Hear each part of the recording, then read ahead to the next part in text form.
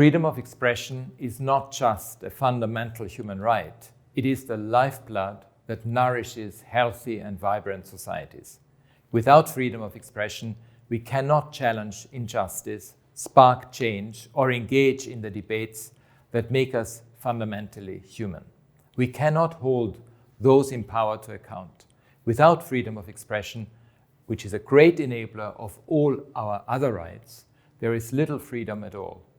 Regardless of frontiers, this was the promise of the Universal Declaration of Human Rights when it affirmed our right to freedom of expression and access to information.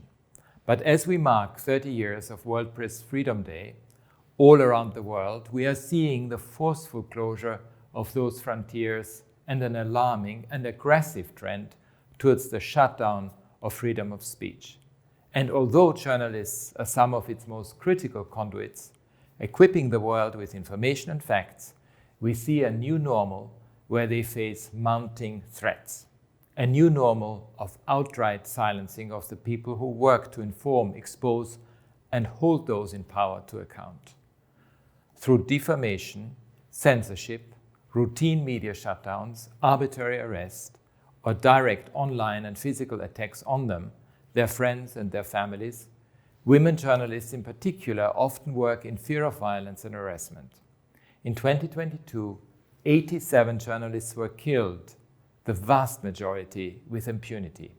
A record 323 were imprisoned. These are intolerable statistics. Journalism is not a crime, yet an artillery of new laws and lawsuits tell a different story. Under the guise of criminal cyber libel, anti-terrorism, cybersecurity, and fake news laws, more than ever, governments can stifle journalists and conceal inconvenient truths. Restrictions on freedom of expression must be the exception, and they can be, with stronger national legislation that puts human rights first, with better monitoring of threats against journalists, and better legal and psychological support provided to them when harms occur. And crucially, with systematic investigation and prosecution of crimes against journalists. The Universal Declaration of Human Rights is our guardrail. As we celebrate its 75th anniversary this year, my office will devote the month of May to celebrating critical voices and debate, to ensuring the safety of journalists, and to protecting the civic space. In January, I called on governments to release all people who are arbitrarily detained, whether for exercising their rights or by contravention of their rights, including, of course, journalists and human rights defenders jailed for doing their essential work. I repeat that call today. Every threat to a journalist is a direct attack on freedom of information, opinion, and expression, fundamental rights that belong to all of us.